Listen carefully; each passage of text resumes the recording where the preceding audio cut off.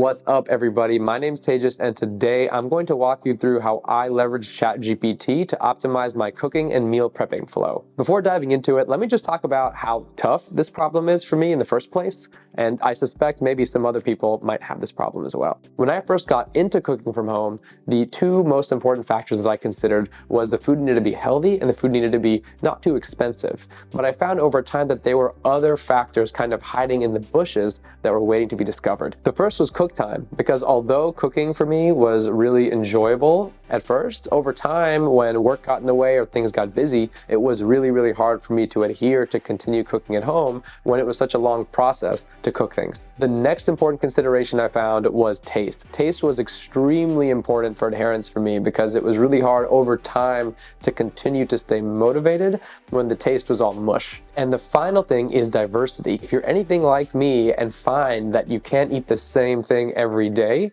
or even maybe if you can eat the same thing every day, you can't eat the same thing every day for many weeks or even many months, diversity becomes a very important component. And even outside of the boredom issue, having diversity in your food is really good for promoting a lot of micronutrients to enter your diet. And finding new recipes can be a painstaking process because oftentimes you have to go through recipe websites where they have a giant essay sometimes listing the purpose of the recipe, maybe some historical background, which is all well and good, but oftentimes there's also ads and just a lot. There's a lot to kind of parse through just to get to the recipe that you want to see. In addition to that, you might be getting recipes from different platforms and then have to aggregate all that into a final ingredients list can be very difficult. And another important consideration is making sure that the ingredients that you need to buy are not so different from what you have in the pantry. When trying new recipes or when starting out cooking from home and you don't really know what ingredients you tend to use very often,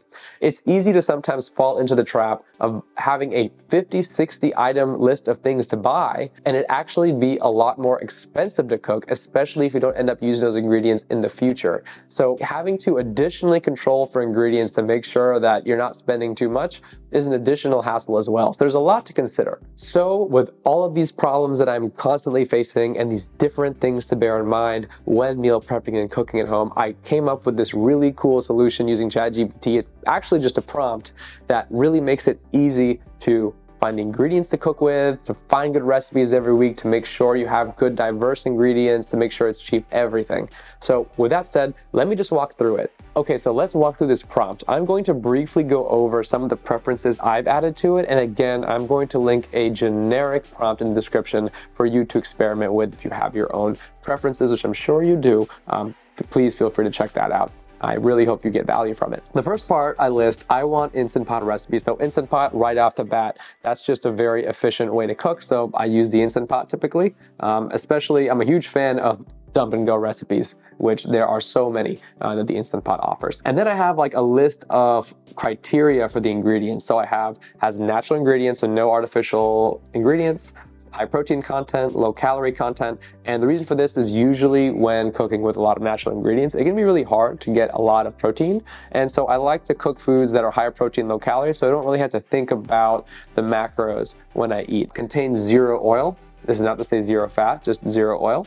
Contains 0 honey, 0 artificial ingredients, 0 sugar. And then me personally, I don't eat red meat. So I added, does not contain beef, does not contain lamb, and does not contain pork. Have less than 10 ingredients, which is really important for me because I really like simplicity with my recipes. I don't want to spend too much time kind of getting everything together, putting it in. And also with larger recipe lists, sometimes the recipe can be a lot more complicated. And as you can see, this is a lot of constraints for ingredients. You can imagine how difficult this is to look for on Reddit or anywhere else or any recipe website just to find a good recipe. The next part, I talk about how recipes must span diverse cuisines. So this part is really important, like I mentioned earlier, for me for adherence, because I get kind of bored very quickly, but also because it's really good to diversify your foods to be able to get that nice micronutrient diversity in your body. The next thing I talk about is, and this is kind of a preliminary measure to make sure my shopping list doesn't go crazy, but I also want to make sure that the aggregated list of ingredients across every recipe is less than 20. And this number might be a little bit aggressive. So this number I think can be increased a little bit so that, you know, you have a better pool of recipes. And then after that, I talk about what I have in the pantry. And this is really important. It's another measure to make sure that I'm not buying a lot more than I need to be, and also making sure that I'm not wasting any food. So what I try to do is then talk about how this is what I have in the kitchen.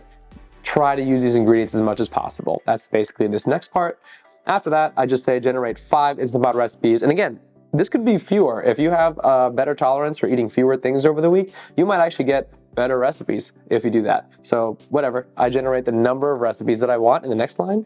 And then finally after that, and this is really important, is getting a fully aggregated list, including spices of what is present in all of the recipes. So this makes it really easy to go shopping. And again, some of these ingredients will be what you have in the pantry, so worth looking at the list and then crossing things off, but makes it really easy to finally just grab it and then go shopping. So to briefly go over the results, as you can see, each recipe, they even talk about where it's coming from. So this one's Mediterranean, the Instant Pot lemon herb chicken and broccoli. The full ingredients are listed, and also there's detailed instructions, and that is the same for all of these. Here's another one, Asian inspired. We see another one that's Mexican inspired, another Asian inspired recipe, and finally fusion inspired. So again, like there's good diversity here, and you have like fully detailed instructions, full ingredient lists, and then the very end we have a fully aggregated list with the amounts, and then obviously all the items that need to be bought. That's my prompt. I really hope that it's helpful for you, and let me know if you have any trouble using it, or if there's any problems with it, or you found any really cool additional optimizations beyond this. I would love to know, and that is it. Take care.